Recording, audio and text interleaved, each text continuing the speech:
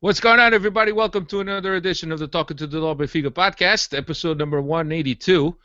We're a day late. Sorry about that. We had to watch yesterday's game to make sure that we could talk about it, right, not just talking out of our butts. I am Alfredo. With me tonight, Steve Santos in Canada.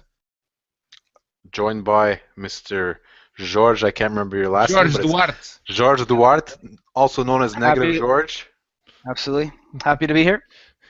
And Cristiano's also here. What's going on, everybody? Another night, another podcast. That's right. What's up? That's my line. I figured I could use it, Steve. Is that all right? Every once in a while, I can let you borrow a couple of my things. No big deal. Have you trademarked it yet? It is on the front of our T-shirt. Yeah. Well, it's not trademarked, so I could use it. All right, on tonight's agenda, we will look back at the Academica game this past Friday. We'll also look ahead at the Atletico Madrid, as I've mentioned, that happened yesterday, the last game of the group stage of the Champions League. And we'll look ahead to the Stubble, and I think we'll throw a couple of other things in there, like the TV deal. That's a major deal and a major announcement for Benfica, and also there were some rumors about the naming rights, but they haven't passed the rumor stage, I don't believe. So let's look at the Academica game. Benfica played Friday, so they could have the extra rest to play Tuesday against Atletico Madrid. I'll give you the lineup real quick. Júlio César, Almeida, Lisandro, Jardel, and Eliseu across the back. Feiça and Renato Sanches. I hope I'm saying that right, because a lot of people are saying Sanchez. It's not Sanchez. He's not Hispanic, It's dude. not a Spanish. Yeah, it's Sanches. That's Sanches. That's it. Exactly. Like it's Sanches. Yeah. Pizzi and Gaetan were on the wings, and Jonas and Mitroglou were up front. And here's the thing, and I know that I'll start with Steve, as I always usually do when we get to tactics and positioning and formations. But here's the thing, Steve, and it's probably something we're going to get into it in a little bit. With Renato emerging, do you feel that Feiça is perhaps more the player to play with Renato in the middle? We talked about defined roles last podcast, and maybe that's what Vitoria's going for. I could see how there's a definite difference between Feiça and Samaris. Feiça is a lot more stationary, a lot more defensive only, but he's also not as good as a footballer. I personally think that Samaris could play just as well next to Renato as Feiça can. It's just needs a little bit of tweaking, but given what we've seen the past two matches and the emergence of Renato, I wouldn't be surprised if Feiça keeps getting these minutes and we see a player that for me is probably the best performer we've had for the first 4 months of the season. I mean, let's not say he's the best player on the team, but he's been the most consistent up until now, I would say, in Samaris. So to leave him out for me is probably not the right decision, but it does make the roles a little bit more defined, just because, like I said last week, there's limitations in Feiça's game that makes those roles more defined, because the Feiça isn't going to carry the ball. He's not going to come out further than Renato at any point. So it makes it a little bit easier to distinguish the difference between the 8 and the 6 that way. But for me, I don't think it's the right way to go about things. Samaris is way too important of a player to leave on the bench in my eyes. Steve, I don't think a decision's been made either way. I think it's just, the fact that he's played 3 games, and they were coming into this game on a 2-game winning streak with both of those guys playing aside one another. So I think he just stuck with what's familiar rather than change things up. And like I said, they were playing pretty well coming into this game. So I just think he went with that. I don't think it's a decision on whether he's better suited or, he's going to play him over Samaris. I just think that the kid, in order to get the kid into the flow of things and get him the most comfortable possible, it's the guy that's been playing alongside him all along. So I think that was the decision here. I agree, and I think that having Feiça with Sanches in the middle, Feiça could be almost like his guarda-costas, his security in the back, where it might give Sanches a little bit more freedom to move up, because he's more certain that Feiça will still be back there, while Samaris is a little bit more He's like willing to move up. He's like Kevin Costner was to Whitney Houston, right? The bodyguard. Exactly. If you want to call it that. But if we're going to go back to last season, Samaris played behind Pizzi, who didn't tackle, didn't do much defensive work in a very honest sense. I mean, yeah, okay, he was there, but it wasn't like he's not doing the type of work that Renato does now. So why couldn't Samaris play behind Renato? That doesn't add up for me. And the more you watch Samaris, the more you can see he's just like he puts out all kinds of fires all over the pitch. He covers a lot more ground than Fesa does. I think it's more a thing of fine tuning than it is of personnel. I don't think Fesa is a better player than he's than not. Samaris. He's not, and I don't think anyone out here will say he is. And I think it goes back to my initial point. I think the fact that that's the guy that's been playing alongside this kid since he's, become a regular on this team, at least for the last couple of weeks now. I think that's the guy. They just felt more comfortable playing him alongside. And again, we're talking about a team that was coming off of 2 victories, not 2 losses. So why change things? Okay. I agree with that. I think that it should be Samaris playing with Sanches, and I think eventually that will be the case.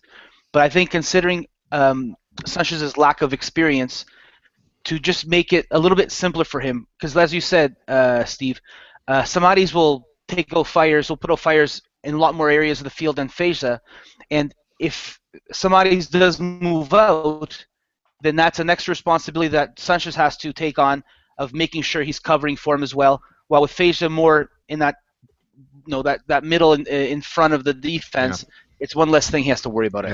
It'll happen less often. I can agree with you on that. Bro, here's a request I'm going to make. I've made a previous request here on the podcast for everyone to shorten their Twitter names.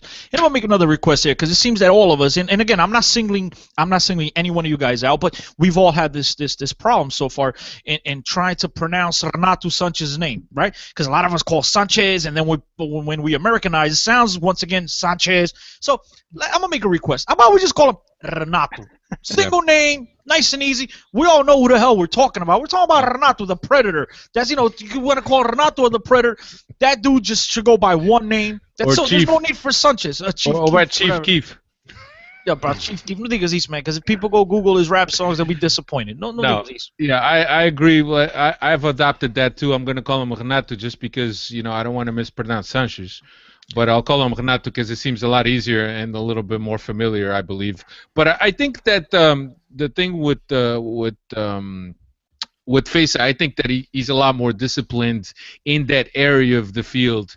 He perhaps doesn't have as high of a reach as Samaris would have, but I think he's more disciplined. And I think that I think one of you guys mentioned, Renato is still learning where he needs to cover as far as defensive transitions. I think that Fesa is perhaps the right guy to protect them, as is guarda-costas, as George said. And that's where I'd like Steve the tactician or Steve the chalkboard or whatever to give his input in regards to the first Atletico de Madrid goal. Yeah, we'll get into that in a little bit. We'll get to there after. This guy's pulling a Cristiano here on the pod. Yo, slow down. Look at him. Põe os travões na bicicleta. But Cristiano, we also mentioned Pizzi. What do you make of Pizzi's emergence on the right hand side? What do you think that he brings to this team? Well, I think everyone could see. What is, I guess the way he's been playing of late, everyone can see that he seems like he's much more comfortable playing on the outside than he is in the middle. And I've mentioned here on the podcast, I don't know for how many years now I've been saying that it's a lot easier to play on the wings than it is to play in the middle of the park. All right, just tactically and even your defensive responsibilities are not as much. They're not required as much as they are on the outside. So I think just this comfortable, the fact that he's comfortable on the wings, I think that that's really helped him out. And obviously, this is a guy that can control the ball. He likes to play with the ball with his feet, and then it helps when he drops into the middle, and it's another guy in the middle of the park clogging things up for the opponent. So I think it's been a good switch so far. He's obviously picked up his game, and I tell you, man, to me, I know a lot of you guys are going to disagree on this, but to me, Gonzalo Guedes, I should say, now I'm calling everybody Renato. Gonzalo Guedes has done nothing to in my opinion, to deserve playing time. I mean, the guy to me has been a disappointment. Yeah, he was great. He got a call up to the national team, and ever since then, it seems like his game is consistently dropped week after week. And so right now, I like the addition of Pizzi on the outside. I like that tactical move. I know I don't praise Rui Vitória enough here on the podcast, but that's one of the things I do agree with him doing so far. Yeah, Steve, what do you feel of this morphing of this team on, especially in the midfield with Renato? And now with Pizzi playing a guy that offers less than Gedge as far as verticality, what do you feel that Pizzi also brings to this team? I think Pizzi just knows what the team needs in basically all moments of the match. The shame is he's not as technically gifted as he is intelligent, because he still misses passes that he really should hit. He still has some loose touches here and there and whatnot. But the guy really knows, okay, I need to help Andre Almeida defend. I'm going to double up, not let whoever the attacking fullback is get doubled up on Andre with the winger. He knows that, and he can see that moment very quickly. He knows what he has to do. He knows that also defensively when he has to, like Cristiano said, make the third man in midfield and clog up the midfield. And that's just on the defensive side of the ball. And to be honest, that probably comes with a lot of what he had to do last year. That awareness, that quick transition from an attacking move to a defensive move, that reaction to losing the ball is a lot of what happened last year playing number 8. But on the offensive side of the ball, I think that's where we're really seeing what Pizzi brings to the table, because up until recently, even the Academica game was a bit poor, but the Atletico game was a little bit better in this sense. Pizzi also knows what the team needs in possession. He knows when to show up in between lines and receive the ball in between lines. He knows when he has to stay wide and stretch the opposition. He knows when he has to become the third midfielder, so that it's 3 versus 3 in the midfield, and there's more opportunities for us to keep the ball. He's intelligent enough to see all these different situations where Gedge playing on the right doesn't see this. Carcela can't do it either. So Another bump. This is a lot of the things that we were complaining about. A lot of the deficiencies in Rui Vitória's system have slowly been itched away at by using players that have different characteristics to what he had originally. He doesn't have the 2 super wide midfielders that are good 1v1. He's got Gaetan, who can come inside and mix it up and can stay outside. Pizzi doesn't want to go 1v1, so he's always going to try to be associative. So we're like I said last week, we're really getting better at assets or facets of the game that we were bad at because of these. I don't know if they're exactly tactical switches just yet. There are some things that are definitely tactical that I saw in the Atletico game, but they're also down to player personnel and people playing to their own strengths. And those strengths are washing away some of the deficiencies we had. I think a lot of that has to do with the fact that Renato stepped up, and the guy's done. I mean, the guy's been tremendous. You're talking about an 18-year-old kid, a polyvalent, a guy that plays box to box. He's not afraid to get dirty. He's not afraid to be physical. He's got a man's body in an 18-year-old. Okay, as an 18-year-old, and that's the one aspect that Pizzi really lacked, which was the size and that grittiness that Renato has. Man, Renato does not give up, and I think that's alleviated a lot of problems defensively for everybody else on the outside, because he's done such a tremendous job. And then you have, like you guys have mentioned, Feja, who's great defensively, and you combine those two with Renato's motor, man. It's been nothing but wonders here. And the kid does not stop running. Doesn't matter what minute of the game it's in. Doesn't matter how long the game's been going on. He's just spectacular, man. The kid's really turned this Benfica team. Yeah, and George, this whole season we've been talking about Benfica lacking a natural 8, and this is what Renato brings. Not only that, his work rate. As far when you're watching the game, and I know that a lot of people may watch the game and not really think a bit about this, but when you watch the game, just look at the position of the Benfica players and look at the geometric patterns that Renato creates by supporting the guy that has the ball. Before, it always seems that players were blocked, the passing lanes were blocked, and with Renato, with his natural instinct, and now it seems that there's a lot more supportive football being played by Benfica. Renato's skill and his work rate, his effort, whatever you want to call it, it's really impressive. The Braga game, there was one play where Braga was a corner, I believe, and the ball is loose in the box, and Renato clears it out.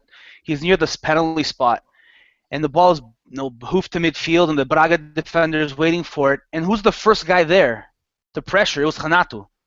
And the same thing happened against Atletico, where he won a ball on the right, and all of a sudden he's the first guy on the left defending. He works hard. He's got the skill and his movement. Yeah, movement. Both when he has the ball, he puts himself into position. It's almost like even if the guy who's to receive the ball isn't in the proper position, he'll take the ball to a spot that'll create the passing lanes for him. He's blowing my mind how impressive he's been so far. Yeah, I think I'm with you on that, and I think I actually I'm very happy about the emergence of Renato, as I am with any Benfica youth player that comes up and is able to put a claim on the starting 11. Not to mention the team, not to mention the starting 11, but I feel very privileged to be able to watch how this guy is emerging as a player. And right now, if you ask me, he's one of the first guys that I put on the team sheet when I'm filling out my starting 11. I think that Renato is here to stay, and I don't know, Cristiano, maybe you could describe his laser.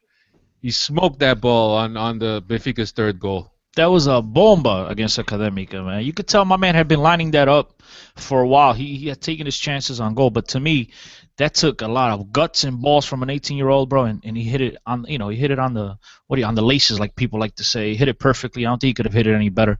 Maybe a little bit better goalie could have gotten to that, because obviously the Reds did touch it. But still a laser, still a spectacular goal, and definitely one that'll be on his highlight reel for the rest of his career. Yeah, I think what I was wondering about that goal was it was from such great distance that I think the goalie was expecting the shot to eventually start dipping. Yeah. Most shots have an arc to it. And this one from 20, 25 meters, 30 meters out, it just kept going. I think it could have gone an extra 15 meters at the same level. Yo, já temos na América, meu. Que é isso? Meters. Que é isso? No, yards and meters are quite close. It's for our Portuguese audience. I think that there's a couple of factors. One, it's the distance of the shot, and second, it's ball speed. For one, the distance, the keeper is not really expecting a shot from that far, and the ball speed, when the goalkeeper sees the ball take off, I don't think that he had time to react. Bro, he had time. Come on, like you mentioned, the fact that the shot was from up near mid-campo, the goalie had enough time to see it. I just think it snuck up on him. I mean, Renato put his whole weight behind that, bro, and that ball, like Mr. Negative said, rather than dip or curve, that ball just kept elevating, just kept going, just kept getting harder as it got close to the goal. The kid, man, he put all his weight on that. That's all you could say. It was a spectacular shot. Yeah. The goal reminds me of a goal that Cristiano Ronaldo scored at the Dragão, if I remember right. Yeah, but way different. You guys remember that goal? Yes, but I'm just trying to remember the goal. It's across the goal. It's got. It wasn't across the goal. It wasn't across the goal. No, he's more central, bro. No, he's central. The Ronaldo was from the middle of the park, right on top of the. Yeah. Basically, comes out of the circle. No. Yes, it still went from one side of the field to the other. Yes, it did, Chris. No, it didn't. We'll have to YouTube it later. Listen, if we're talking about the 1-0 victory at the Dragão from Manchester United, he was straight on with the goal. Straight on. It was no on the right, the left. He was straight on with the goal. I'm talking about he was lined up with the near post, and he shot, and that ball just lasered up for 90, Steve. Yeah. I mean, listen, I'm not saying you're wrong. Less of an angle. We could be talking about a totally different goal. But if it's the one I'm talking about that he scored from near half the field, that was straight on could be, Steve. That was considered the Champions League goal of the year. I remember it from more right of center and it went top left. No, it went top right. Left. Top right, dude. Well, top goalie's left. Top goalie's left to Ronaldo's right. Yeah, I remember that he was more central. He wasn't as to the wing, as much to the wing. I'll try to post a YouTube video. Let's get back to Benfica Good talk. Call. Good call. There's a Mantorras goal that he scores against Setúbal. Montoya has got to be a family favorite of you guys. It just like I like the guy, but between you and Neil, it's like the Montoya's references never die down. He's the best player I've seen. Olha, Epa! aguardente no Canadá deve ser forte. Não taca nada. Não taca nada. He would have changed Benfica's fortunes around. Anyways, Steve, looking at it right now, it went across. Not like I said near pole, but not like dude. It's in the middle of the park, Steve. It went I'll post across, it. but it's not much of an angle. Yeah, no, not much. It was straight on as straight on could be. Okay. Yeah. Yeah, so Benfica, let's wrap up the game against Academica. Benfica wins 3-0.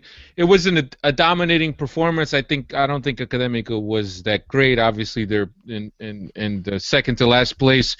We anticipated an easy game, yet a game that we needed to remain focused on and needed to build up on the momentum that we had brought from the Braga game. So it was an important game to win. So I'm happy that we got that squared away. 3-0 victory, 2 penalty kicks by Jonas, and then the laser that we've been talking about from Renato Sanches to finish off. And I got to tell you guys, what a home debut for Renato Sanches. Pete Damakin was at that game. Also, Patrick had the privilege of calling the game and calling the goal. I will hope to have a sound bite from Patrick calling that goal before we start the podcast on the audio version. So check that out. But let's turn our attention now to Benfica against Atletico this past yesterday at Stade de Luz. The last game, match day 5, right? Match day 5 of the Champions League. Last game of the group stages. Benfica needed a tie to make it to first place. Benfica had already clinched a spot in the next round, and Atletico needed to win. And I'll give you the lineup real quick. Júlio César, Almeida, Lisandro, Jardel, and Eliseu across the back. Again, Feza and Sanches. And look, Samaris is perfectly healthy. Pizzi and Gedge, Gaetan, and Jonas up front. So, Steve, quite a little bit of a change, putting Gaetan behind Jonas. We had talked earlier in the year that Jonas is not a guy to play up front by himself. How do you see this change in formation? To be absolutely honest, I liked it. And doesn't look like Rui Vitória was too happy with it, but we'll see, because he did make that halftime substitution. But his reasoning behind it when asked about it in the press conference was he didn't want the Atletico players to have a reference, a guy that was easy to pick up and mark as a center forward, which Jonas is definitely not. I felt that in that first half, we saw some of the better football we've played all season. Whether or not we did create a lot of chances, no, we didn't. But we also have to remember who we're playing against, probably the best defensive team in Europe. So you gotta put that out there as well. But I really like the Jonas not sitting up top and battling for balls with the center backs. The only thing that I think we have to work on, if we are to use this a little bit more often, is there's only one guy in those 4 attacking players that really has the pace and the movement to get in behind the defenders, and that's Gedge. And yeah, he might be starting as a left winger or a right winger, but we have to instill in him that his movements have got to be across the fullback and in behind the center backs, or vice versa the other way. We have to get him to give us that verticality that we're going to be missing when we're playing with Jonas as the 9 or false 9, if you want to call that, because it does at points make the game a little bit too compressed, and there isn't that profundidad, like the Portuguese like to call it. So you're going to need that. But I felt in the first half, the interchanging of positions between Pizzi, Gaetan, and Jonas was really good. For me, that's the type of stuff that if we play that way week in, week out versus the teams in the Liga, we're going to cause a lot of problems with them. And at that point, hopefully, Gedge will be a little bit more comfortable and getting behind the defense. One thing I don't want to miss, we finally started to build with three from the back again Yeah. against Atletico. For the first time I could remember this season, I saw it on a handful of occasions. Fesa would either split the center backs. We had Lisandro further wider on the right and Jardel on the left. And with that three starting from the back, we had about five guys in midfield. So we had more guys in midfield with the fullbacks offering the width and Pizzi and Gaetan coming in short with Jonas doing the same. That is something that we haven't seen all season, and that's showing me that we are finally starting processes where we want to keep the ball, where we're trying to play a little bit more supportive and to me, more effective football than what we've been playing up until now. George. In regards to the Atletico game, I liked the way we started. I liked the passing. I was impressed. I was surprised, pleasantly surprised with the composure the team showed. Now, I do think that strategically it may have been a mistake for this reason. A lot of teams, when they're at home at the start of the game, the road team will try to hold on for the first 10, 15 minutes. So that the home team will really push hard and move forward. Yep. And Benfica didn't do that. Well, we had most most of the possession. We had the most of the possession in the first half. But They weren't flying forward like they were at the end of. It's hard to do that against Atletico, man. It's hard to do that. Atletico doesn't let you do that. That's the thing. Benfica did have possession. I agree with you, George. Like when we used to play, we'd always say, "Os primeiros 15 minutos é pós pardais." You know what I mean? And then the road team will back up and let you get possession of the ball. And that's exactly what they did. I just think it was very hard for Benfica to get into the box because of how tactical and how good defensively Atletico Madrid is. But as far as possession, as far as moving the ball around, I haven't seen Benfica move the ball around like they did at portions of this game all season. Absolutely. And then but with that movement, they can't be too fancy when they're near the box. Sometimes they were trying these give and goes where there were two forwards surrounded by four defensemen. Take a shot out to the box. A block is a good goal, but you don't know what's going to happen. I thought they should have taken a few more chances with the shot. I agree. And then after the 15, 20 minutes, Atletico kind of settled in and they really put pressure on us. So we had a hard time there. I'll tell you this much. I think in the first 15, 20 minutes, it would have helped Benfica severely had Mitroglou been on the pitch rather than Guedes, because I think that's what Benfica was missing, a guy in the box to disrupt Atletico defensively, because you saw everybody trying to juke and get into the box rather than just Benfica get the ball into the box. I think if they would have done that, it would definitely help them out. Now, I want to just make a point on Guedes, because Steve was talking about Guedes earlier before. And Steve, I think Guedes has the physical ability. I think Guedes has the speed. Unfortunately, decisions. What I think that Guedes is lacking is the decisions. The final ball decision, he doesn't have it in him yet. And the other thing that I'm trying not to be too negative here on the guy, but o gajo não tem pezinhos lá. You know what I mean? You guys think pés de cimento. You could tell his feet. He's got a lot of that Jimenez feet in him. And that, to me, when you're playing in tight spaces as a striker, as a number 9 up top against two defenders, if you don't have world-class feet, or, very good feet, just because not everybody has world-class feet, but mas não tens os pezinhos lá, right? You're going to turn the ball over. You're going to turn it over and over again, just like you did this weekend we saw against Atletico. That's why, to me, right now, I know a lot of you guys are screaming to put him up top. I'm not sure I'm ready to do that with him just yet because, again, I don't think he's ready up top. I think I'd rather play him on the wing where he could use his speed and he could use that physical ability to get one-on-one and get in behind defenders and cross the ball into the box. I think that's where I'm more comfortable to play him nowadays. I don't think he's ready to play up top just yet. Yeah.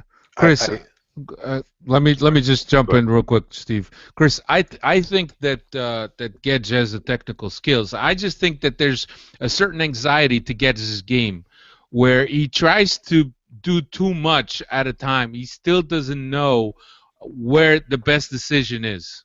Steve. And that's why I'm trying to state where he has to play. Where if he's playing and making those runs, the ball's into space, and he's attacking the space, and he's shooting on goal. He's beating the last guy 1v1 and shooting on goal. I agree with everything that you guys are saying because he's getting balls into feet with the game in front of him. And that he's going to struggle with because of all the things you guys said. His feet are okay, his decision-making's okay, but his pace and just that raw instinct where all he wants to do is make that one move and shoot will be a lot more dangerous if he's making the type of runs that I was stating. Agree with you. To be a static 9, no, absolutely not. To play with like Mitroglou plays, no. But to play a more mobile across the front line, even starting from the left and showing up in like number 9 like positions, that for me is where we'll get the most out of Getch. Agree with you 1,000%. Put him on the move, because if you're going to put him into tight spaces, I think he doesn't have struggle. it. Exactly. No, he doesn't have it. No, because he's the ball guy into space, not ball into feet. Ball into space. He's a guy based on speed. He's got an explosive first step, and he's got an explosive dribble off the first touch. But he has to make better decisions, and I think that right now he's struggling, and I think that he still has yet to make the transition into the senior game. While at the B team and at the junior level, it was very easy to beat a defender with speed and that first explosive first touch to touch a past the defender or to juke a guy and beat him with speed. At this level, there's guys that have the same speed as he does or even more speed, or guys that position themselves and have the proper feet movement to defend against the speed of guys like Gedge. Mitroglou is not as quick as he is, but the one thing the guy knows how to do is get himself in position. Right. You know what I mean? It's totally experience. Different. He knows his limitations to his game, where Gedge is not there quite yet. You know, not saying that he won't get there. I just don't see it. And again, Alfredo, one of these days when we're at my house, I'll show you what I mean by feet. I think I'm a little bit more critical when it comes to that department than a lot of you guys, because it might look like you have feet, but in my opinion, it's not the meus pezinhos que eu gosto. I agree with what Alfredo said, in that a lot of times I'm watching Gedge make a move, and it fails. And when I look at him, his body reaction is almost like he's saying, or at least maybe I'm just reading into this. It's as if he's saying, "This used to work. I thought this would have worked," and he hasn't adjusted yet. And that's why I'm hoping it's just an experience thing. He's young. Yeah. And he'll get better at that. Yeah, I mean, you look at Renato's experience and Ged's experience, which basically they have the same age, regardless of whether they played the same position. Regardless of having the same experience or not, I think that Renato's making better decisions than Ged's is, and perhaps Renato is ready for this type of game. And Gedge is still has to work on his decisions for me. I don't think that he lacks technically and speed. He's very fast. I just think his decisions need a little bit more improvement. You know what Renato does that Gedge doesn't do? And I mentioned this last week. The guy, and I'm impressed with this because it's hard for an 18-year-old to get promoted to the seniors and not try to do a little bit too much to impress. And the one thing that's impressed me with Renato, Steve, that's fine. You can shake your head, but the one thing that's impressed me with Renato is how simple he plays. One touch, two touch, one touch, two. You barely see the guy take 3, 4 touches. The position too. That's fine, but still, we've seen Pizzi in that position, we've seen Talisca in that position, and they didn't do that. The thing is that this kid, as an 18-year-old, it takes a lot of discipline not to come up and try to overdo too much. And trust me, I've been there. I know what it's like. It takes a lot of guts not to try to shine and prove that I belong. He's just doing his job. He's just going about it, doing his job, and playing the easy ball, the quick ball, rather than try to do too much. And I think, to me, that's one of the things I'm most impressed about. I'm not saying he doesn't have it, but I think as he grows and as he gets more experience, I think he will start doing those things. But right now, I think it takes a lot of control not to give that extra touch. I've read a couple of things, Steve. I'll let you go in a little bit. But I've with all this Renato emergence is that there's been a lot of guys that have followed Renato throughout his youth years. There's also the podcast by Rui Malheiro. If you guys are Portuguese speakers, I suggest you guys at Rui Malheiro and follow his podcast. His last podcast is a brilliant analysis on Renato Sanches, and he just says that Renato Sanches, ever since an early age, he's used to having that type of pressure on him, of having that type of demand on him. And I think that his transition into the senior team, he hasn't let that affect him mentally. And that's the huge key for Renato Sanches right now, because the technical skills, the physicality is all there. But mentally, he's a kid that's used to having that type of pressure and that type of dependability from the team on him. Steve. And that for me is the most impressive thing about Renato is, okay, he's got tremendous skills, but the mental thing is where it comes down to. Renato did not have a good first half. If you guys watch this game very critically, he missed a lot of passes. Yeah, I agree. To go back to what George was saying earlier about the first goal, yes, Renato was at fault in that first goal, or he was one of the people at fault in the first goal. Fesa comes out. Fesa comes out of position. Renato's the one that's supposed to be going in to do the double up or the cover. Instead, that dragged Jardel way the hell out of position, and he's the one that came into the zone where Renato should have been. And then on top of it all, Renato was slow to react on the ball that comes in across that I believe it was Saul that finishes. So he was about 10 steps too slow on every point of that play. That's a misread. I think it's Exactly. a misread on his part. It's a misread on the first play. If he sees that Fesa steps out on the first play, he's got to be quicker and see that and be in there where Jardel, in the space that Jardel went to attack. If he's there, you don't know what ends up happening. Well, we also look at Popsicle. And then this Popsicle was also exactly, he was also too wide. So there is shared blame, but Renato's in there. But that being said, the kid was brave enough, no matter how bad of a first half that he had, to always want the ball, always want the ball, and to put himself in situations that, okay, maybe at points they weren't too smart and they weren't good decisions. He was probably running a little bit too much with the ball in the second half. I know a lot of people were going to say that he was driving the team forward. There were times where he could have let go of the ball a little bit sooner and we might have been in a better position to go forward. But in the same token, that aggressiveness that he has, that way that he can beat the first man, Atletico were very scared of it. And they were tag teaming on him. They were knocking him over. So you have to take that the way it was. The other thing that is, for me, something down more to mental as well as his physical ability and strength is intensity. The same Rui Mulheiro posted something on Facebook, and I'm just going to go down through these stats, and I'm not much of a stats guy. 111 touches on the ball, number one in the game, Renato Sanches. 85 passes, number one in the game, Renato Sanches. 54 passes in the adversary's midfield, number one in the game, Renato Sanches. 5 dribbles, 5 completed dribbles, number one in the game, Renato Sanches. 5 fouls committed on himself, again, number one in the game, Renato. 22 disputes of the ball, so that's like a going 1v1 versus a challenge type thing. Number one in the game, Renato Sanches.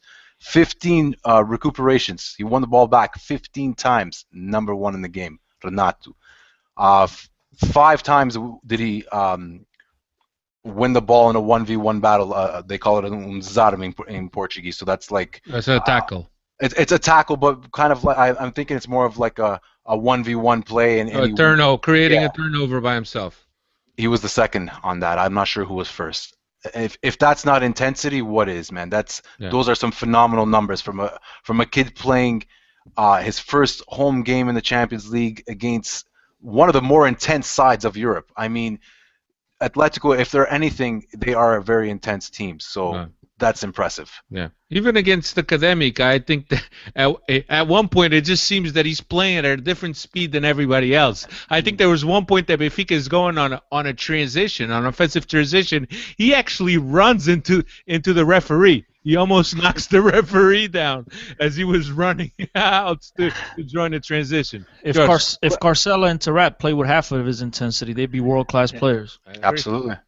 One thing that I loved about Renato in the second half, but at the same time it concerns me regarding the team, is that after only 3 games at 18 years old, he was already being looked for to lead the team forward. When guys were getting the ball, it was give it to Renato, and then Renato would move up and do whatever. That impressed me so much because it shows that he's willing to take on that responsibility, and the players already trust him enough to look for him to give the ball. But at the same time, it concerns me that a team full of 26, 27, 29-year-old players who've played for many years weren't able or willing to do that. That they were giving it to Renato. Yeah. All credit goes to him. The guy I have no words to describe, but it shouldn't have been. It was mostly him in the second half, I felt, and I was like, man, it would have been nice to see Face do something different or Pizzi do something different and try to move forward. But the first guy they looked for was Sanches. All credit to him, but that a guy Renato, but that an 18-year-old with only 3 games is already being looked at to lead the team. It concerns me a little bit about the rest of the squad. Bro, it shows that he's got balls. It shows that the guy's sure. not afraid. He's not afraid of the pressure. He's not afraid of He's a special player. and he wants the ball. And there's a lot of guys that have a world-class ability, but they're afraid of that pressure, man. They're afraid to have the ball on their feet when it matters most. And this kid has it.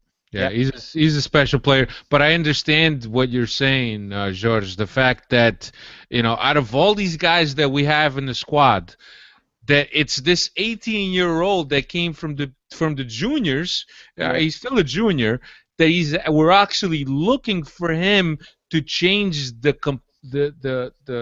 the way this team works and the way this team is going to have success and the way this team has improved has a lot to do with the emergence of Renato. It is, and then the fact that Jonas and Gaetan didn't show up for this game sure as hell didn't help. I mean, can you imagine the Renato playing like this, and then you have Jonas and Gaetan on at the same time? I mean, I think it'll be lethal for Benfica. I think that Gaetan got a knock early on. I think that Godin, I think he got him early on, and I don't think Gaetan was the same. I have my doubts about the position that Jonas is being asked to play.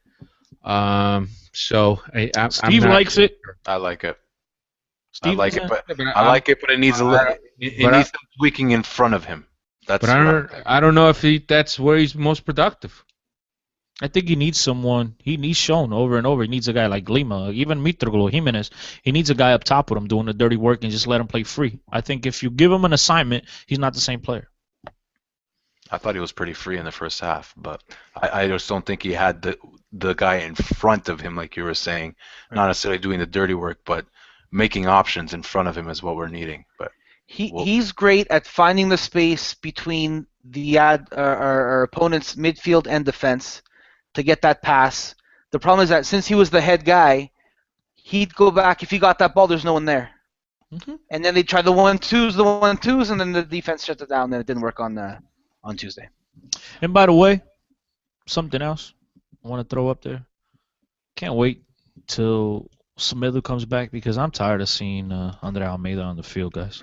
It's not the worst, man. I prefer Andre Almeida over Silvio. Yeah, if you want to compare, I'll take Andre Almeida over Papsik. Same. You guys keep bragging on my boy. Here's one thing for you. I don't know. I think that Papsik has just reached his limitations. He offers very little.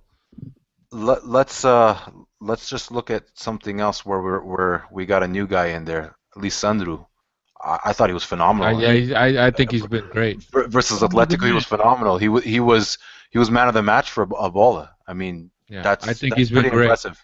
Dude, I've been saying for a while that he should start, but the problem was, you start him over the Capitan or Jardel, who had a great season last year, and that's the toss-up. But right now, if you go look at stats, just like you looked at stats previous, Steve, he's been way better than Luizão was, at least this year, because Luizão wasn't having that great of a year. I think the guy can play. I hope that these rumors of him leaving to Italy, to Fiorentina, whomever else is interested, are just BS. I think this kid could be a starter for Benfica for the foreseeable future. Yeah, he's not going to go anywhere. We only have 3 center backs, dude. Now that Luizão's hurt, there's no way he's going, I don't think. No, he stepped in and he's been playing well, and it'll be interesting to see what will happen when Luizão gets back. If he'd have the guts to sit Luizão or to take out Jardel.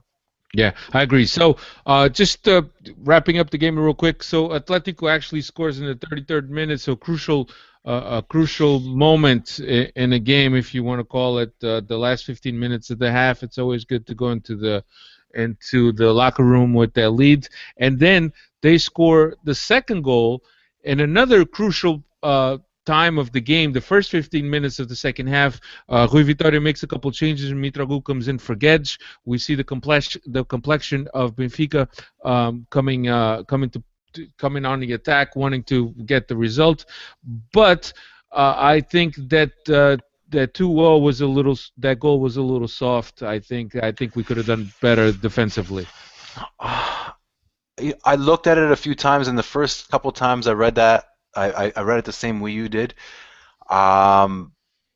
Maybe Lisandro could have been slightly better positioned. Maybe he could have got to that. But in the back of all this, it's Vietu that scores, right? That's a very good run. But it was terrible goalkeeping, though. To get in front, well, that's Terrible. the whole thing. I think it's a bad I think anticipation. I think the run is so good, you have to give him some of the credit for that goal. For him to get in front of Jardel and to get in front of the keeper, basically where no one really expected him to get to, you got to give him some credit for that. Steve, here's rule number 1. A goalkeeper can never get beat near a post, okay? End of story. Every time a goalkeeper's beat near a post, it's his fault. It's a one-touch play, though. It was a great play. He got in there fine, but still, I thought he was leaning to his left. He should have stuck to his guard. He should have, cubrir the angle, and he didn't. Simple as that. My problem with the goal was how slow we closed down the guy who made the cross. Carrasco.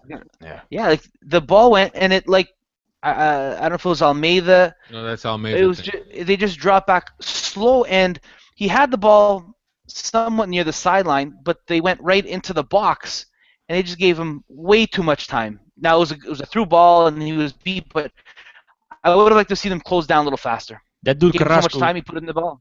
That dude Carrasco's grandparents, I believe, were Portuguese. But anyone could care less here. But still, It wants nothing to do with Portugal. I know. He's a Belgian international. He likes Belgian waffles. I think the same with Griezmann. Yeah, Griezmann's father played for, or Griezmann's grandfather played for Paços Ferreira. Yeah. Máquina. I'm still mad over that Paços Ferreira game last year. All right. Anything else that you guys want to add on to this game before we move on? Just to move on, I hope we see this possession game go forward because Atletico's very, very sneaky, and I hope that it's not a case where they were. I know they were kind of inviting us onto them at points because that's the way they like to play.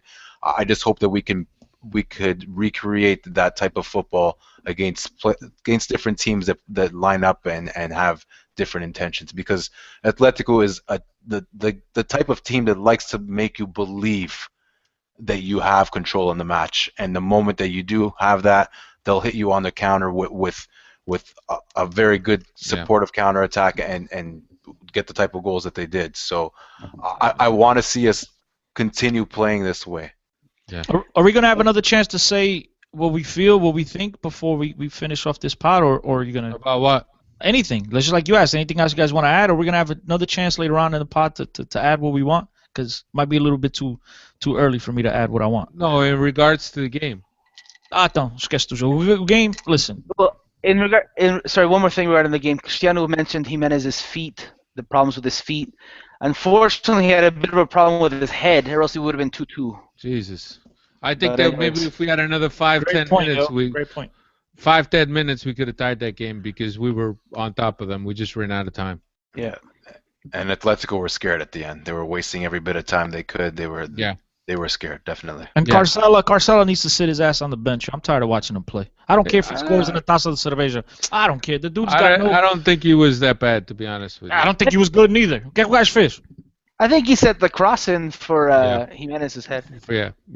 Well, okay. All right. So possible opponents, and I believe that the drawing takes place this upcoming Monday, 11 a.m. here in the States. On the 14th of this month. Possible opponents. Obviously, we're going to get all the group winners from the other groups: Barcelona, Bayern, Munich, Zenit, Real Madrid, Wolfsburg, Manchester City, and Chelsea. I'll go around. George, out of these guys, which one would you prefer? Well, I obviously the obvious answer is Wolfsburg or Zenit. Although Zenit beat us last year both times.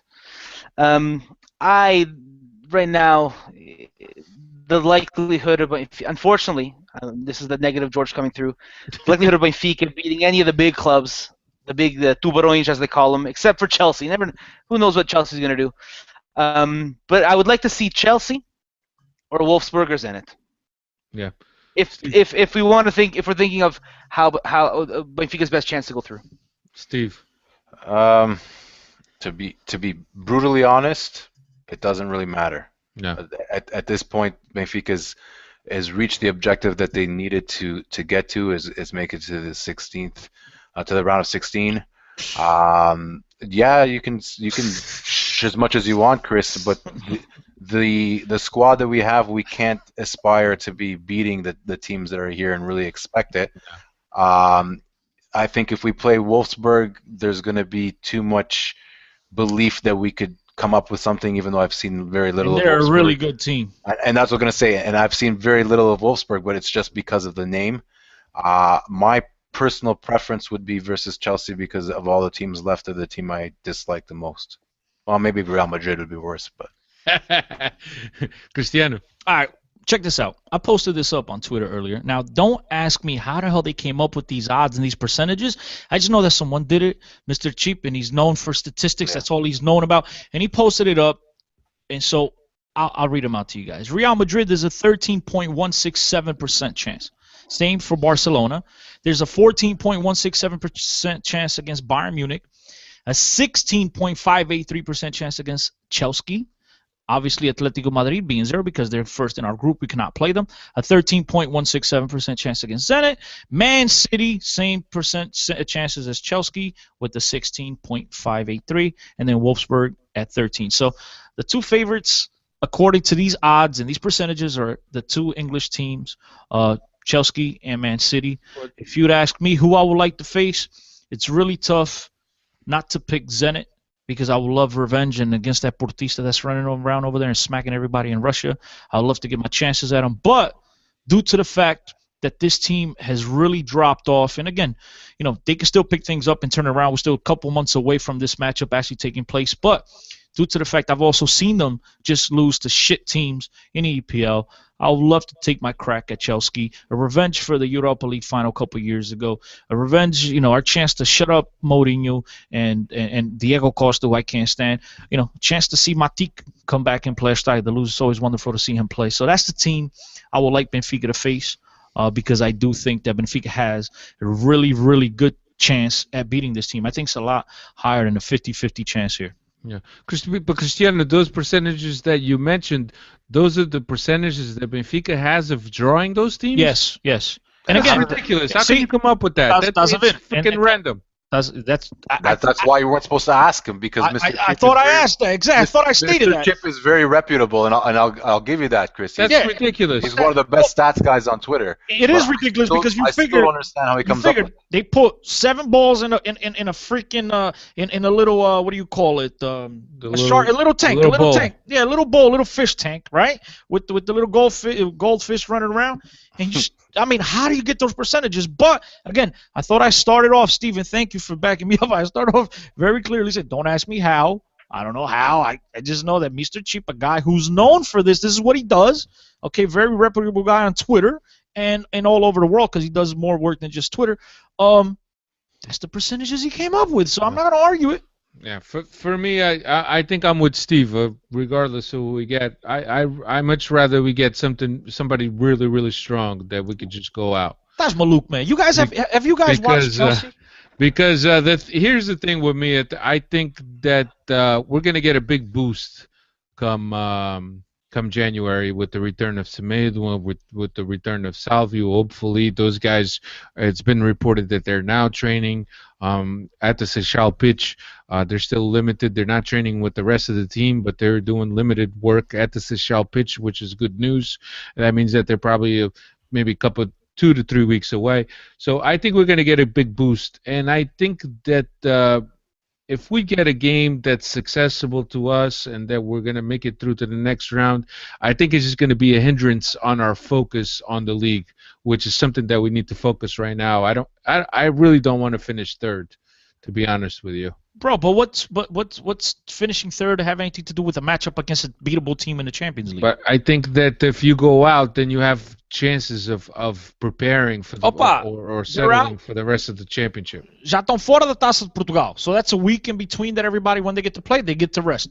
Okay, if anything, we're talking about an additional 2 games. It's not like we're talking about an additional 15-game schedule. If they do advance, they play another 2 games. They get another shot. We're talking about 2 games. 2 jogos, pá. A month later. That's the advantage that we have in that both Porto and Sporting in the Europa League is that there are still They have an extra 32 match. teams. So there's an extra two-leg affair there for them. And you'd expect them to do at least relatively well. I'm not saying winning it all, but you expect them to go at least deeper into this tournament. So they're going to be playing. They're still in the Taça de Portugal. They're still in the Taça de Cerveja. I mean, this is Benfica we're talking Doesn't about, matter. man. It doesn't matter. Oh, Benfica. We're just not deep enough. I understand, but against a team like Chelsea, there is a chance. There is against a team like Zenit. There is a really good chance against a team like Bayern Munich and Barcelona. Tá bem, Shao Maria. Mas against those other teams, come on, dude. Why not? I agree. I think we'd have to improve a lot to really have a chance against any of the teams left behind. Against Chelsea. Yep. Yeah. Chelsea even just Chelsea. lost the I ball. know. George, I completely Mourinho's very understand familiar what you're with that saying, but Mourinho is a much better coach than Rui Vitória with a lot better players. Steve, It just doesn't add up. I respect you. I know what's been happening so The far. guys lost 8 games so far. They're against Marrocos. Come on, dude. It doesn't take much to turn that around, especially in a one-off competition like the Champions League. He's still in it. That's all he has left to fight for. Trust me, they're not a team. I want to play them because I don't like Mourinho and I don't like Chelsea. I want to play him because I think we have a chance to beat them. I think our chance to beat anybody that's left is maybe only slightly better for the 3 teams that you mentioned, but not by much. Totally. So I'm usually the negative Nancy here. Epa, dude, I think Benfica has a really good. I'm not going to tell you like 75%, but I think it's more than 50-50 based on the way. Yes, based on the way Chelsea played. You think coming February, if we were to face Chelsea, we would be favorites?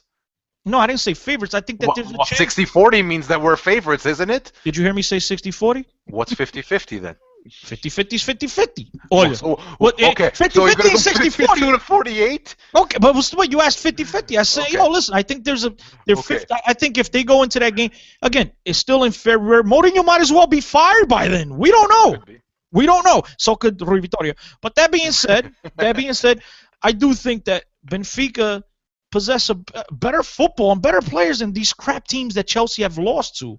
I'm not saying that on paper Chelsea's not favored. I'm not saying that Mourinho all of a sudden is a terrible manager. I'm not trying to knock anything on their side, but my feeling is based on what I've seen from Chelsea, and I've seen them from the preseason here losing to the Red Bulls, not first, not second, but third team. Okay, a bunch of 16-year-olds scored against Chelsea at Red Bull Arena with their starters in the game. Mind that. That being said, I think Benfica have a shot. I think against the bigger guys, yeah, you're right. Benfica's going to get slapped around. But really, guys, do you want to see Benfica get slapped around? I mean, if they're going to lose, let them lose with respect. Let them lose with some type of credibility. I don't want to get lost like Sporting did to Bayern Munich 9-1 or 9-0 10 years ago, or 8 years ago, whatever the hell it was. I don't want that. I want my team to go out with respect. I want my team to still be respected across Europe. And if I get slapped around by Real Madrid, Barcelona, and Bayern Munich, really? I mean, how much credence they're going to bring to you? Yeah, okay, fine. You got Emirates on your shirt, but you're still an embarrassment. It's no different. It will be no different than that game that Mr. Negative over here asked you about Celta de Vigo in '97, whatever it was, which turned out to be 7-1 final score the first game. Que vergonha, man. That's what you want? You want that on your resume? No, that's not. I don't want that. I don't think we're You want guys to be making jokes like they did with Sporting and Bayern Munich, 7-up on the front of your shirt because Sporting finally, got a sponsor? Is that what you want? I don't want that. Chris, do you remember who I chose? I want to play Chelsea too. Yeah. They are the worst of the good teams left. Yeah, but you want to play Chelsea, but you want to lose out. You want to lose because I don't want to lose, Chris. This is where we're. I want to lose. Alfredo wants to lose. I want I to just lose, don't yeah. agree with you that there is any swing in our favor. If it's not 50-50, it's always towards Chelsea's side because they have the better players and the better manager, regardless. Taj Maluk, by then Tarap will be playing. And now it goes it all the way. There's your Tarap mention. All right, There you go. let's move on to the next topic. Isn't Steven Vitoria's loan coming up? Oh, It's over, done. It's done already. He's been back. Well, Yeah, so at least in he- January. He might be in line to replace Jardel or Lisandro if one of them get hurt. Yeah, I don't know. Now that guy will be at freaking Estoril or something like that. Rio Ave. Yeah. Mar. Let's move on to the next topic, and the next topic is Benfica's TV rights with NOS or NOS. 400 million for 10 years with the first 3 years being with an opt-out after 3 years. Yeah, after 3 years, if any of the parties involved are not happy with the deal, they could opt out. Of course, all the details haven't yet been mentioned. I think It'll be tomorrow, Alfredo. Yeah. Tomorrow there's a press conference at Estadio de Luz being broadcasted on BTV. They're going to give all the details of this deal, so we'll know pretty shortly. Well, I was going to say that, and I appreciate you saying that for me. Where's the mute button? So as Chris said, all the details we mentioned tomorrow. So we'll have more details on the deal. But this obviously impacts the Portuguese league. I know that Pedro Proença, who is the league president, was working on a deal for all the teams with NOS, worth I think 30 million, if I'm not mistaken. So quite an impressive deal by Benfica's standards. Obviously, it's not at the height of the EPL and the Spanish league. Obviously, our league has less exposure and less popular, but nonetheless, an impressive deal. I will wait till all the details come out until we could put together a final analysis. We also don't know the details as far as BTV, what's going to happen with BTV, if it's going to be available here in the States or anywhere else. So we're hoping that the conference tomorrow clears up some of the questions and some of the doubts we have. We'll wait for that. Let me chime in here on your Pedro Proença statement. The rest of the league, majority of the presidents of these clubs in the Portuguese league are asking for Proença to step down because he pretty much promised that he would get a league where the whole he would get a deal where the whole league would get money basically in a revenue sharing platform. It was 30 million to be shared across.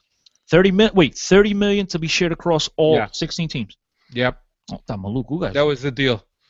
That was the deal that had been rumored that he was working on. 30 million with NOS to be shared across the team. Obviously, all the teams weren't going to get the same slice as we've mentioned here, but nonetheless, 30 million. Benfica's getting 40 million alone. Well, not 40. They're not getting 40. Let's. Well, again, I'm sorry, 10 million per year. No, it's not 10. It is 40. It is 40 million in the books, on the books, but. Alfredo, if you look again, we'll know the details tomorrow for sure. But according to the reports, what we've heard so far, it's 25 million for their games, which was what the league, I guess you say 30. So they would have made 5 more million. Well, but no, they would have been shared. Whatever. It's 25 million to televise their games plus 15 million for them having the right, NOS, the cable company, the exclusivity of carry BTV. The BTV. So it's really 25 million, but again, the additional 15 thrown in there as a 40. Now, the other rumor I've heard regarding this deal is that just like Benfica has an opt-out after 3 years, Benfica, there's also a clause in this deal that if Porto or Sporting get any deal from this company anywhere near the 40 million, that Benfica has the right to get more and will automatically trigger more money down their chimney. Yeah, see that I don't know, but we'll learn about all of that tomorrow when everything is presented by Benfica. Next topic is the naming of the stadium, and from what I understand, that's coming. There was rumors there was Yokohama Tires, the Japanese company that was going to be the ones naming the stadium. I'll just go around real quick, and you guys can give me your own opinion. George, how do you feel about the naming of the stadium? The naming of the stadium doesn't bother me one bit for one basic reason. The actual name of the Stadio is not Stadio da Luz. It's Stadio do Sport Lisboa Benfica, but we call it Stadio da Luz. So if it becomes Stadio Yokohama Tires, like what I read, or Stadio Shell, we're still going to call it Stadio da Luz. Yeah. It'll only be the official name for official purposes, game sheets, whatever. So that doesn't bother me one bit. Sell it for as much as you can. We're still gonna call it Stadio da Luz. Yeah, Cristiano. First of all, I think it'd probably be called Arena more so than Stadium, like Shell Arena, Yokohama Tires Arena, some crap like that. But I don't care. I'm willing to sell to the highest bidder because to me it'll always be Stadio da Luz, and in my heart that's all that matters. I guess for the people calling the games and like you said, and everyone in marketing, it'll have to change. But to me, I could care less where the hell they could call it Porto Stadium as long as they give me millions and put it in my bank account. Yeah, Steve. Well, just an example. people still call Dragão Azantas. Lots of times. Dragão's been around for over 10 years. But So the name of the stadium doesn't really matter. I think that happens more out of mistakes and just being used to calling it Antes than anything else. Old guys like me. Yeah, something like that. I personally call it Estádio do Ladrão. So I mean, There's a whole lot of bunch of names that people call it by. That's for sure. The way I have similar feelings as you guys. My only thing is don't sell it cheap. If that's what it comes down to. For a good chunk of cash, I'm all for it. Yeah. If you're gonna be cheap about it and just throw it away, it lose some of the mystica if you're just throwing it away just for a few mil. You know what I mean? Yeah. But if it's good money, I'm all for it. Steve, I'm with you. Yeah. It was it was rumored there was going to be 10 million a year, and I think not even Arsenal get that much. Or actually, is there Arsenal or Bayern? I think Arsenal gets more. I think Arsenal. I think Bayern doesn't get that much. Right. I mean, listen, Steve, I agree with you. If they're going to sell it for something that's worthwhile. But that being said, Benfica is still right now in the red, and they're not really in a position to sit here and demand much. So any type of money that they could bring in and eliminate the debt, I think that's what they're doing right now. I don't think they could sit there and be picky. Yeah.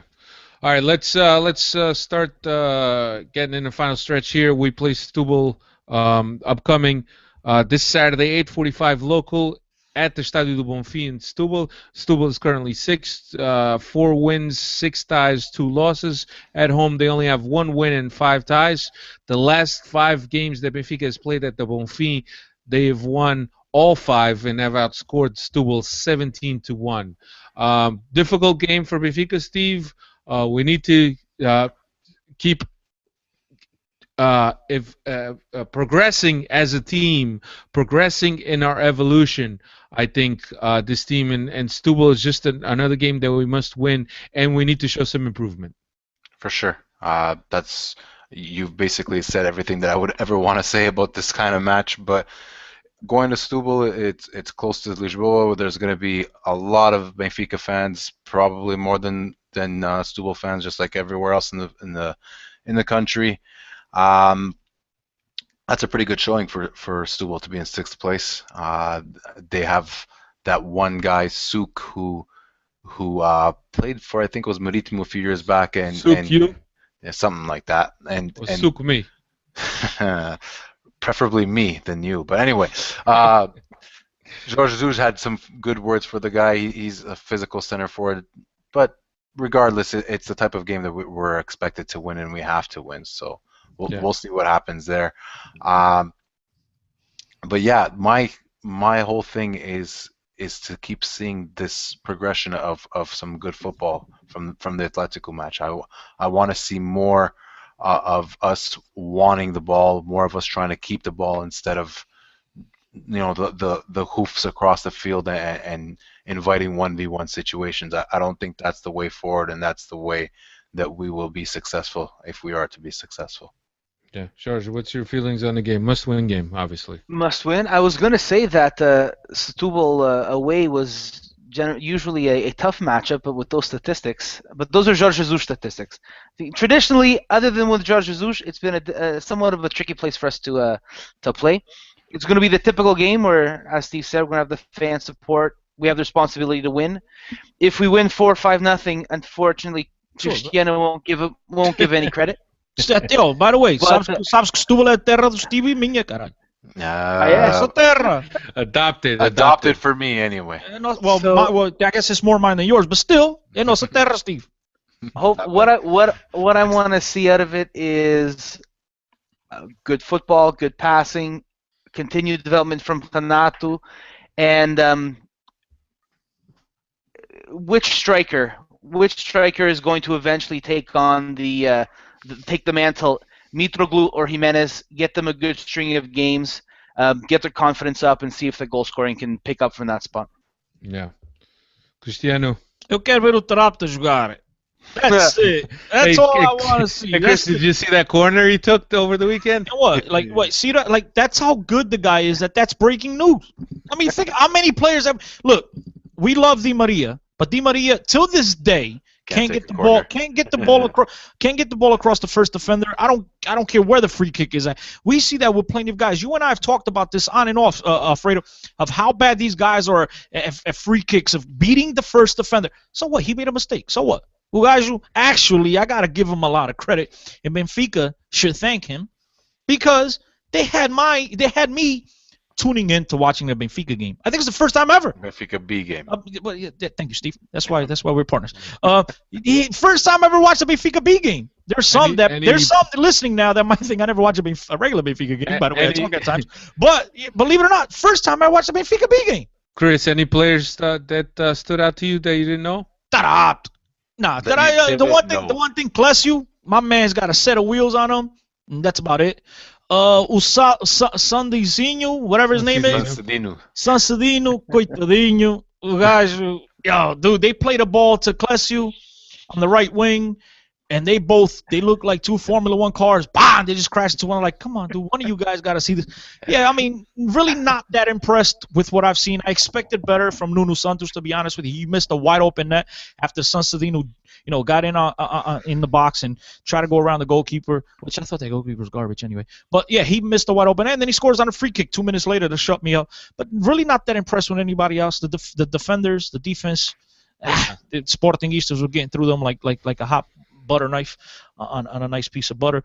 I thought that Taarabt showed a lot of class. That's what he shows a lot of skill. Yeah, his intensity still needs to be picked up a little bit. Hoping he does, but yeah, man, I really want to get him to see. I want to see him get a crack here on the main team and just see what he does. Maybe he picks up his intensity because he might be one of these guys. He plays better with competition around him. Yeah. I'll just to finish off, I'll get on some Twitter questions here, and I'll do them fast. The first one is from Meg. Does it seem more possible now to overtake Porto for second place? I think that Porto is perhaps a loss away from sacking maybe Lopetegui and the whole thing falling apart. I think so. It is possible. They're not playing the best, and they probably, out of both the Benfica and Sporting, are the ones that should have more stability with the coach that's coming back and with the squad that's as strong as theirs. Next one, Matthew Da Silva. Should Benfica spend the money they won in January or wait and use it with the TV rights and possible stadium name money? I think that TV rights, as Vieira has said, is going to be to kill some of the debt. I think Benfica might pick up a couple pieces. I think the 8 is now off the table. Maybe a left back. I would like to see a left back.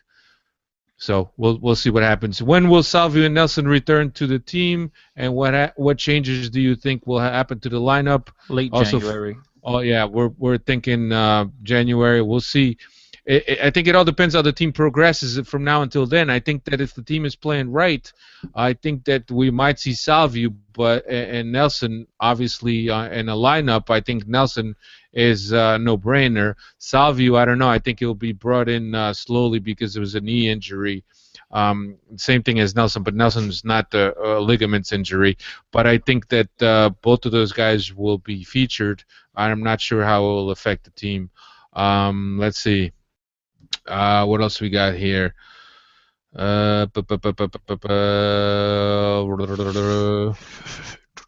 guys think this is from Diogo Reis? You guys think they're showcasing Feza for a sell in January, as we do have some depth at the defensive midfield positions? I think like Feza, I don't think we have anyone right now like Feza at the defensive midfield, which is a guy basically that stands in front of the defense. Yeah, I was going to ask what depth. I mean, aside from Samadi and him, no one else is playing. Yeah. I don't think we'd get enough money to make it worth selling him. And plus, the guy's a good luck charm. He's played 9 professional seasons, and he's been champion all 9 seasons. So keep him around. Keep it up. Yeah. Here's one from Sergio Jaforst. Too much talk about Gedge. Once Salvi comes back, Gedge is going to be attached to the bench. Very possible. But that all depends on what Salvio we're going to see once he comes back. It's going to, like I said, it's going to be a slow introduction, and it's going to take some time for Salvio to get back in that rhythm. He's a guy that uses his speed a lot, and I think there's explosiveness, and the fact that he's now had 2 surgeries on his knees is going to affect him a bit, especially for a guy that depends on his explosiveness to beat guys. Let's see. I think that's it. Here's another one from Sergio. Announcer kept saying Atletico has the best defense in Europe this year. The fact that Renato met the challenge, wow, that was his comment. And I think that Steve mentioned also that Atletico is one of the better defensive teams in Europe. Semedo and Cicada on the wings. What do we think in January? I think sign me up, but I don't think it's very. Yeah, I don't think it's very likely. Well, the biggest thing for Cicada is that he can't play in the Champions League. Yeah, I think there's a chance, Steve. You think so? Yeah, I think we've heard a lot of rumors, and that the facts are the facts. He's not getting any playing time. Yeah. I mean, so that to me opens up the door. Yeah, he'll be cup tied. He can't play in the Champions League, but for the Campeonato, it will definitely help. But to me, again. Not because of any sources, not because of anything. I'm just looking at the fact that he's not getting any playing time, and like we all, we know players want to play. So I'm assuming he's no different. If we couldn't afford him 2 years ago, why do we afford him now? That's you know what? He's a little bit older. He's you get a loan. You get a loan. Atletico pays some. We give him the first option on Guedes. You know what? We give him the first option on Guedes. If there's any place to do shady business between 2 clubs, that's the place. Atletico Madrid and Benfica. So, you know what? My bad. The likeliness of that, more I look at it, is probably a lot more likely than I originally thought. No, if we can pay $9 million for half of Jimenez to Atletico Madrid, they can loan us. Yeah. They can loan us Cicada for free. Exactly, as a gift. Like, toma lá, pá, obrigado for getting that bum off our roster. And also Sergio was explaining the probability of us getting a Spanish team, and he claims that we had a Spanish team in our group, and there's 3 Spanish teams in a draw, so he feels that there's less probability that we get a Spanish team than we would get another team. Benfica versus English teams. We've got the pedigree. Bring on Chelsea or Manchester City. Bora. I think that's it. That's all I got. That was a long one. If we get Cicada now, we can't get Steve's boy in July. I'd like to get Grimaldo. Personally, I think that we should get Grimaldo and just invest with him for the future. He'll be free. Gonna be a lot cheaper than Cicada. Yeah, but if he's free, will he choose Benfica? So, according to reports, is that he's very enamored with Benfica. Supposedly, we're the only one that were really approaching him, and he's definitely playing hardball with Barca. So well, Steve, Barca supposedly wants to re-sign him, and he's saying no. That's what I just said. He's playing hardball with Barca, so we'll see. And the other thing, I happened to come across Renato's Twitter account. Renato's Twitter account? Yes, and his first follow was Sport Lisboa Benfica. Wait, what's his Twitter? Renato Sanches. And at Renato Sanches? I think so. When I find it out, I'll let you know. He doesn't have Twitter, bro. He does. Benfica, Sport Lisboa Benfica tweeted him out. Okay? And the second his second follow, I should say, not his his second follow, very interestingly enough, Barcelona. What are you talking about? If it's the same account, I've been following him for a while. There's one here, Renato Sanches 9. He's only following 10 people. No es, pa. Well, Benfica tweeted about him, bro. He has 955 followers. No tweets. Might be him then. Hold on. I don't know. Regardless. Anyway, all right, guys, let's wrap this up. George, pleasure, man. Oh, it was a pleasure again. Shout out to my man Neil. And I missed the Modalidad talk. You missed, yeah. Nelson is actually away. He's on a cruise this week, so we couldn't get the halftime headlines. That's but too I bad. think both the futsal team and the roller hockey team won. Yeah, and I think handball as well. Yeah. Yo, Alfredo, by the way, it is that Renato Sanches 9. That's the one that Benfica tweeted about. Yeah, Renato Sanches 9. So It's not verified but that may very well be his Because account. he's youngster, yeah. I mean, he Yeah. follows a couple of his teammates on the B team and whatever. Yeah. Benfica. At negative George, right? Am I saying that? Yes, that's George it. with a J. George the J. And I just want to say, if I ever get the opportunity to come back on, hopefully it'll be after a victory. It's a little easier to talk then. Well, he had the victory against Academica and then a loss against That's true. Atleti. That's true. That's true. That's all right. Well, thank you very much, guys. It's a pleasure. You're welcome, man. At Steve Santos 6, at Tencio10, at Benfica Podcast. Don't forget to check out our friends over at planetbenfica.co.uk. And thanks a lot for bearing with us. I know we're a little late and we're running late. It's 11:12. Some of you should have been in bed by now. Shishikama. Me included. Shishikama. All right, everybody. Thanks a lot for checking us out. And next week we'll come back, talk about the Stubble game.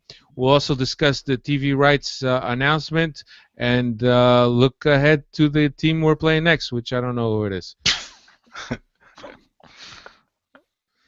See you, everybody.